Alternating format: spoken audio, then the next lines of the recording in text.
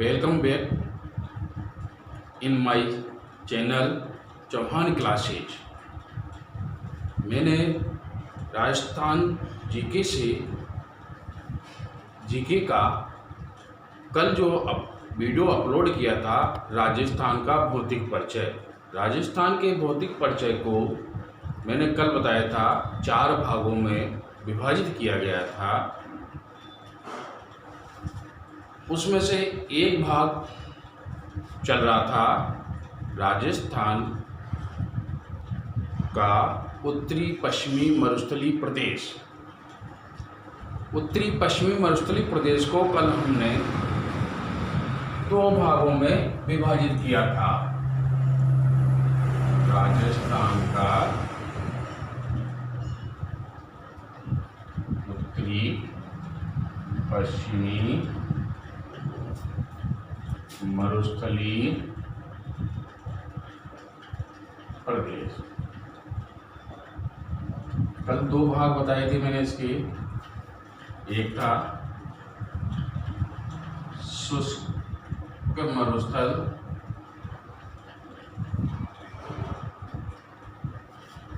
और दूसरा अर्ध शुष्क मरुस्थल।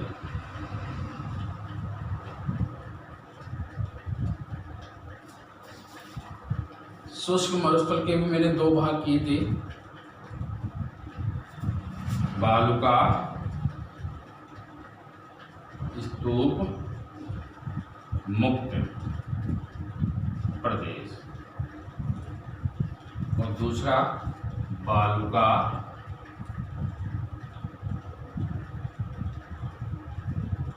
स्तूप युक्त प्रदेश।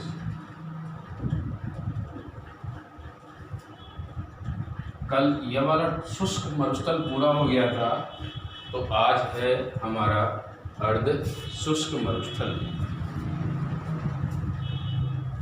अर्ध शुष्क मरुस्थल किसे कहते हैं, तो इसको तो साफ कर दूं। आज का विषय अपना हो जाएगा अर्ध शुष्क मरुस्थलीय प्रदेश, अर्थात राजस्थान का अर्ध शुष्क मरुस्थलीय प्रदेश। राजस्थान का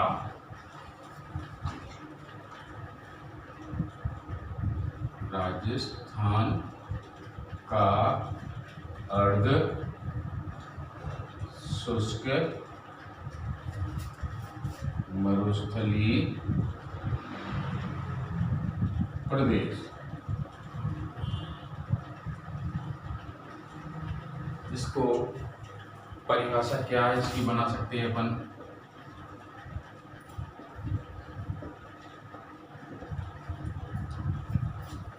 पचास सेंटीमीटर वर्षा रेखा की 50 सेंटीमीटर वर्षा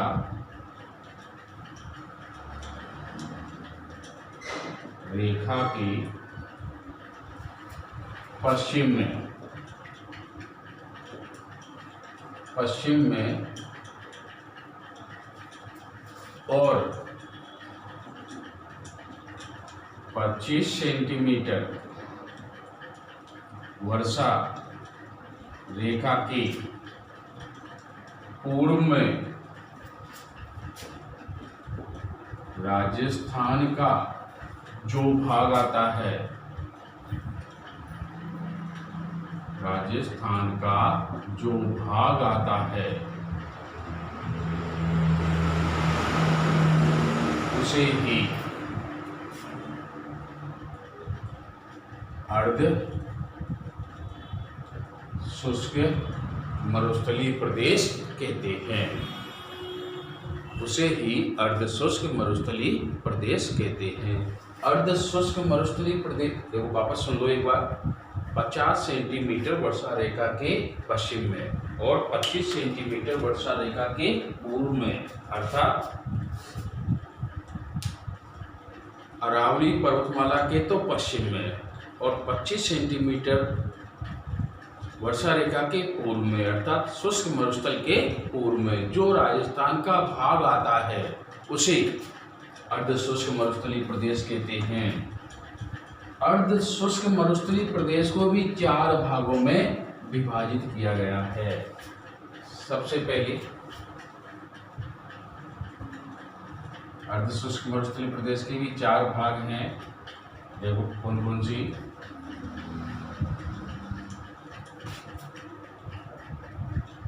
नाली क्षेत्र, नाली क्षेत्र। दूसरा भाग नागौरी उच्च प्रदेश। तीसरा भाग अंतर प्रवाह या आंतरिक प्रवाह क्षेत्र।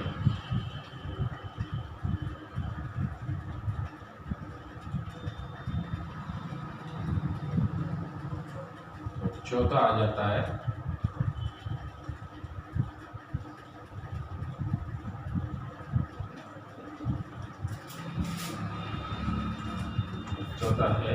लूनी बेसिन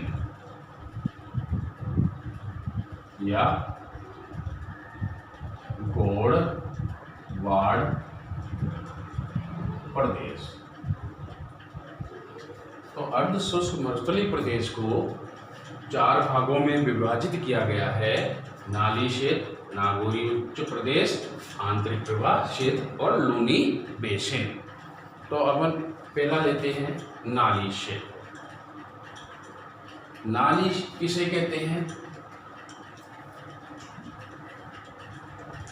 घग्गर नदी के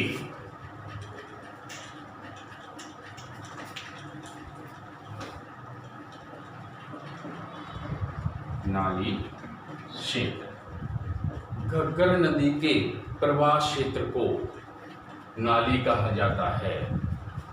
इसे कहते हैं घग्गर नदी के प्रवाह क्षेत्र को। घग्गर नदी के प्रवाह क्षेत्र को नाली कहा जाता है। घग्गर नदी राजस्थान की एकमात्र अंतर्राष्ट्रीय नदी है। एकमात्र अंतर्राष्ट्रीय है, अंतर्राष्ट्रीय नदी है, सॉरी। इसको यूं समझो,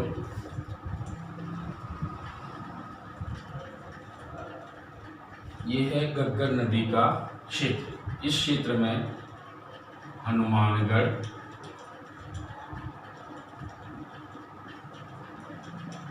और गंगानगर,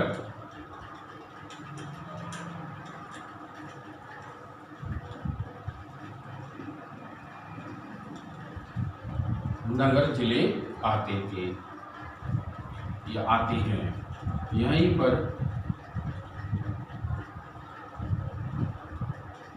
इंदिरा गांधी नहर है। इंदिरा गांधी नहर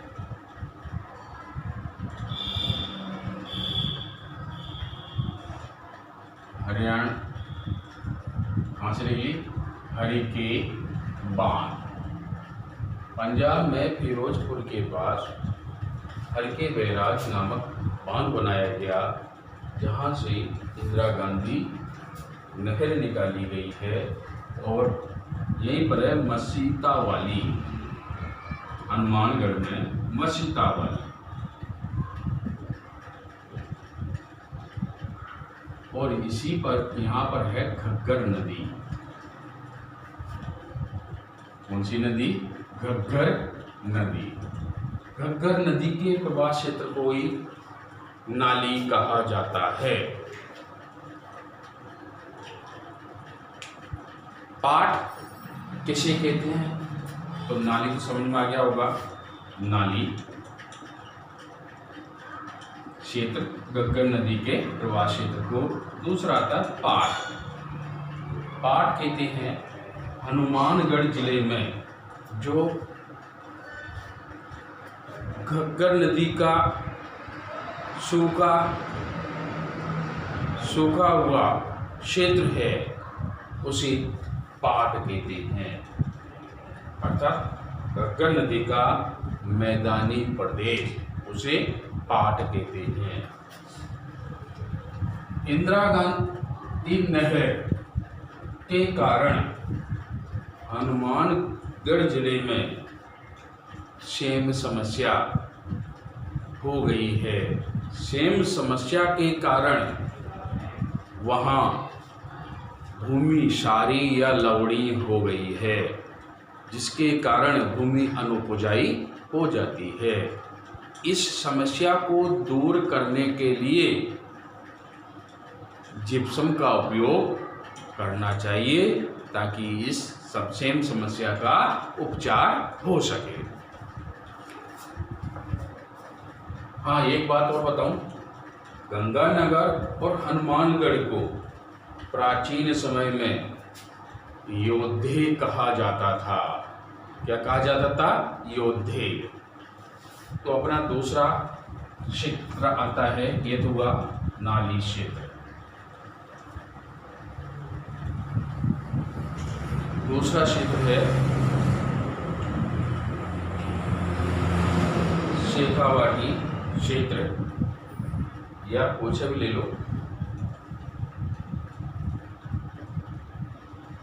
शेखावाटी क्षेत्र। शेखावाटी क्षेत्र चोरू, झुंझुनू, सीकर को कहा जाता है। चोरू,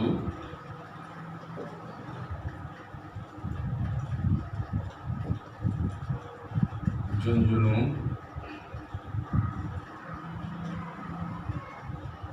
और सीकर, 3 जिले इसके अंतर्गत आते हैं। जयपुर के कछवा वंश के वंशज ही राव शेखा वहाँ जाकर बस गए, और वहीं उन्हीं के नाम के कारण इस क्षेत्र को शेखावाटी कहा जाता है। इस क्षेत्र में पानी प्रवाह का आंतरिक प्रवाह है, अर्थात भूमिगत जल प्रवाह है। भूमिगत जल प्रवाह है, अर्थात भूमि के अंदर ही इसका जल समा जाता है।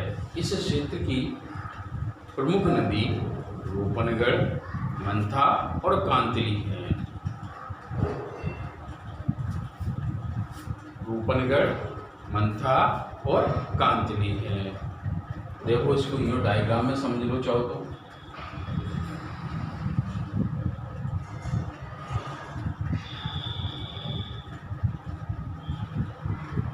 ये तीनों को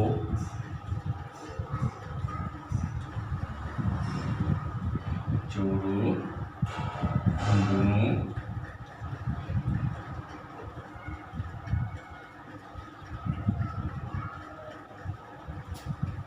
सीकर,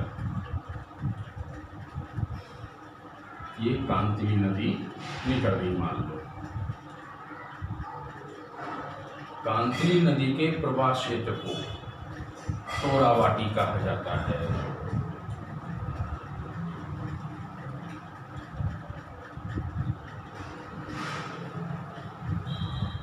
कांतली नदी के प्रवाह क्षेत्र को तोरावाटी कहा जाता है। गणेश्वर सीकर में, गणेश्वर की सभ्यता सीकर में कांतली नदी के किनारे ही विकसित हुई थी। गणेश्वर की सभ्यता को ताम्रयुगीन संस्कृतियों की जननी कहा जाता है। हाँ, मैं बता रहा था तोरावाटी। सीकर जिले में कांतली नदी के प्रवाह क्षेत्र को तोरावाटी कहा जाता था। अहीरवाटी झुंझुनू जिले में, पूरे झुंझुनू में नहीं, झुंझुनू में तो नहीं है, पर झुंझुनू जिले में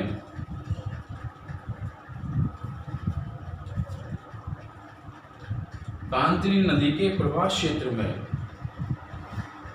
अहीर जाति निवास करती थी, इसलिए इस क्षेत्र को अहीरवाटी कहा गया। जौहर किसे कहते हैं?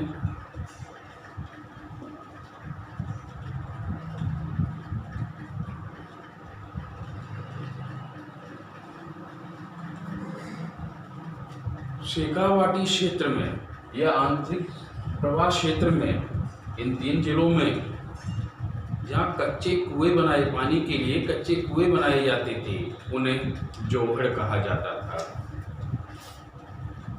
ये जौहर कहते हैं, कच्चे कुओं को ही जौहर कहते हैं।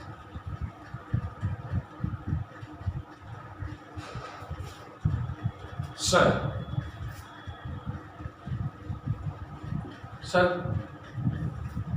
पानी के पक्के कुओं को सर कहा जाता था या कहा जाता है। नाड़ा, शेखावाटी क्षेत्र में पक्के कुओं को नाड़ा कहा जाता है। बीड़, शेखावाटी क्षेत्र में जो घास के मैदान हैं उन्हें बीड़ कहा जाता है। और सुनो, राजस्थान में धार्मिक क्षेत्र में जो घास के मैदान या वन क्षेत्र हैं उन्हें ओरड़ कहा जाता है। वापस सुन लो, अहीरवाटी झुंझुनू जिले में कांतरी नदी की सीमा पर या प्रवाह क्षेत्र में जो अहीर जाति निवास करती थी, उस क्षेत्र को अहीरवाटी कहा जाता है। जौहर कच्चे कुओं को कहा जाता है। शेखावाटी क्षेत्र में कच्चे कुओं को तोरावाटी, सीकर जिले में कांतरी नदी के प्रवाह क्षेत्र को तोरावाटी कहा जाता है। सर किसे कहते हैं? सर कहते हैं छोटे तालाब। नाड़ा किसे कहते हैं? पक्के कुओं को।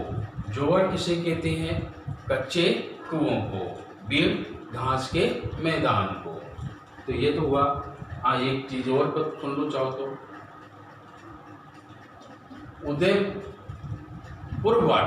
उदयपुर वाटी झुंझुनू जिले में स्थित है। ये बहुत ज़्यादा डीपली प्रश्न है।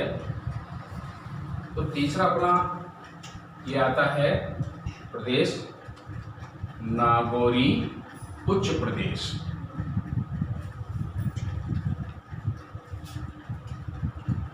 तीसरा है इसी में, यस, नागौरी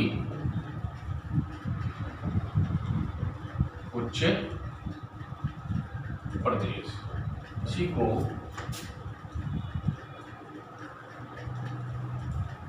इस क्षेत्र में सर्वाधिक खारे पानी की झीलें पाई गई है।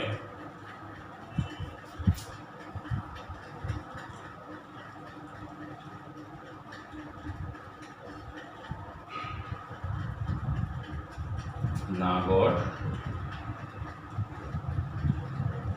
बीकानेर का कुछ भाग आता है। नागौर और बीकानेर से सांभर,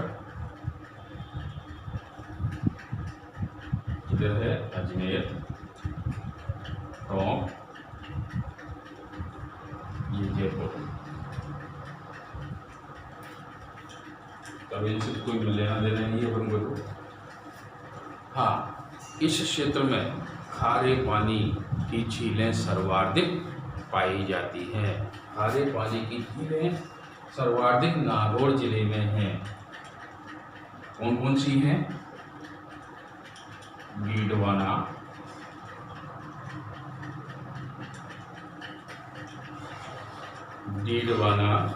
और कुचामन झील,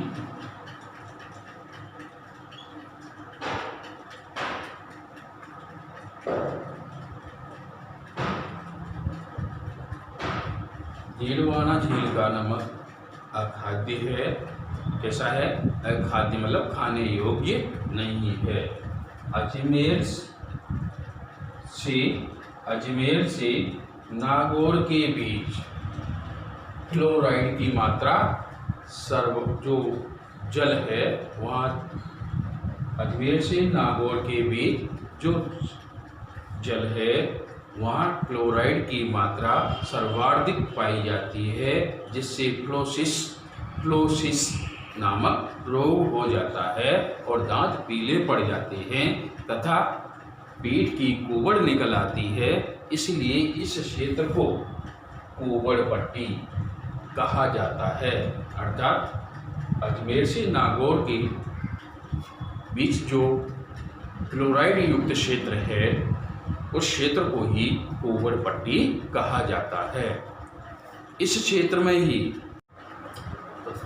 अर्ध शुष्क मरुस्थल का चौथा भाग आता है, लूनी बेसिन। इसी को गौड़वाड़ प्रदेश कहते हैं। लूनी बेसिन को ही गौड़वाड़ प्रदेश कहते हैं।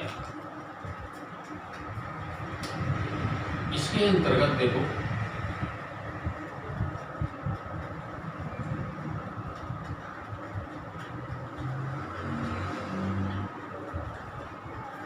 लूनी नदी नाग पर्वत अजमेर से निकलती है और बालोतरा में बहती हुई, बालोतरा बाड़मेर में बहती हुई गुजरात से होकर कच्छ के रण में गिर जाती है। इस क्षेत्र में नागौर, आप पहले समझ लो लूनी बेसिन किसे कहते हैं? लूनी नदी के प्रवाह क्षेत्र को, लूनी नदी के प्रवाह क्षेत्र को लूनी बेसिन कहते हैं। अर्थात लूनी व लूनी की जो सहायक नदियां बहती हैं वह भाग लूनी बेसिन कहलाता है। लूनी बेसिन में आता है, देखो कौन कौन से, जोधपुर का कुछ भाग,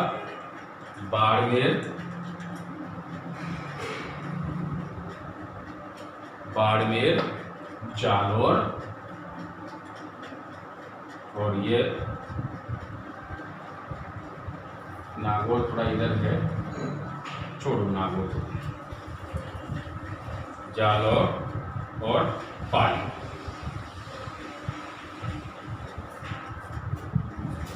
जालौर में एक स्थान है सांचौर। सांचौर और राजस्थान का पंजाब कहा जाता है, क्योंकि सांचौर में 5 छोटी छोटी नदियां हैं।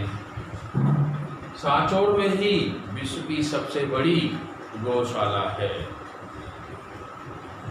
बाड़मेर में बालोतरा तक, बाड़मेर के बालोतरा तक लूनी नदी का पानी मीठा है, इसके बाद खारा हो जाता है, इसलिए लूनी नदी को आधी मीठी आधी खारी नदी कहते हैं। तो आज का ये टॉपिक कैसा लगा? यदि अच्छा लगा हो तो अधिक से अधिक सब्सक्राइब करें, लाइक करें और परंतु मेरे वीडियो पूरे देखा अवश्य करें, क्योंकि मेरे वीडियो सार गर्भित हैं। Thank you.